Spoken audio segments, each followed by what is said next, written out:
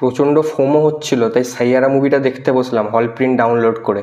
30 minute দেখেই বন্ধ করে দিলাম, মানে বন্ধ করতে বাধ্য হলাম। IMDb-তে রেটিং দেখলাম 7। ভাবলাম কিছু ভালো জিনিস তো আছে, নইলে পাবলিক সিনেমা হলে গিয়ে এরকম পাগলামো কেন করছে।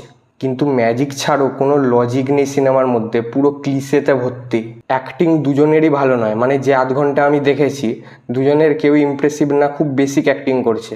সিনেমার যে হিরো তার নাম আমি জানি না আর জানতেও চাই না, সে কি যে হিন্দি বলছে অর্ধেক সময় বোঝাই যাচ্ছে না, আর লাউড অ্যাক্টিং করছে, মানে বিরক্তিকর। তবে যে কারণে আমি সিনেমাটা দেখা বন্ধ করলাম, দুটো পার্টিকুলার ক্লিশে সিন। প্রথমটাতে দেখাচ্ছে সিনেমায় এই যে আমাদের হিরো, সে একটা গায়ক, তার একটা ব্যান্ড রয়েছে, তো সে তার ব্যান্ডের অন্য সদস্যদের সাথে ঝগড়া মারপিট করে আলাদা হয়ে যায়, দিয়ে তাদের একটা শো রয়েছে, সেই শোতে সে নিজেই একা চলে যাচ্ছে, গিয়ে সেখানে নিজেই মিউজিক কম্পোজ করে দিচ্ছে মিউজিক্যাল ইনস্ট্রুমেন্টে, দিয়ে নিজেই গিটার বাজিয়ে গান করছে, আর সবাই তার গান শুনে তো পুরো পাগল হয়ে যাচ্ছে, ফ্যান হয়ে যাচ্ছে, এবং সবাই গিয়ে হাতে নাড়াচ্ছে। তার মাঝখানে আবার বৃষ্টি চলে আসছে, দিয়ে সবাই পালিয়ে যাচ্ছে, সে একাই গান করছে ফাঁকায়, সেই মিউজিক ইনস্ট্রুমেন্টের ওপর জল পড়ছে, মানে লজিকের কিছু নেই।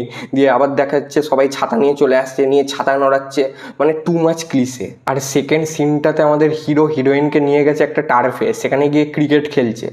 সেই বোলিং মেশিনগুলো হয় না, বল থ্রো করে, সেই বোলিং মেশিন বল করছে আর এ ব্যাট করছে, আর ব্যাট করে সেই বোলিং মেশিন প্রতিবার ফুলটস বল মেরে যাচ্ছে, আর আমাদের হিরো সেই একই লং অন দিয়ে 6 মারছে। ফুলটস বলে প্রতিবার বল করছে, ফুলটস বল, আর লং অন দিয়ে 6 মারছে, লং অন দিয়ে 6 মারছে। এই দুটো সিন এত ক্লিশে যে দেখবে তার মনে হবে, সে যদি ক্রিকেটের ফ্যান হয় তার মনে হবে যে ক্রিকেটের অপমান হচ্ছে। 2 ঘন্টা পর আর আমি দেখতে পারলাম না। নমস্কার।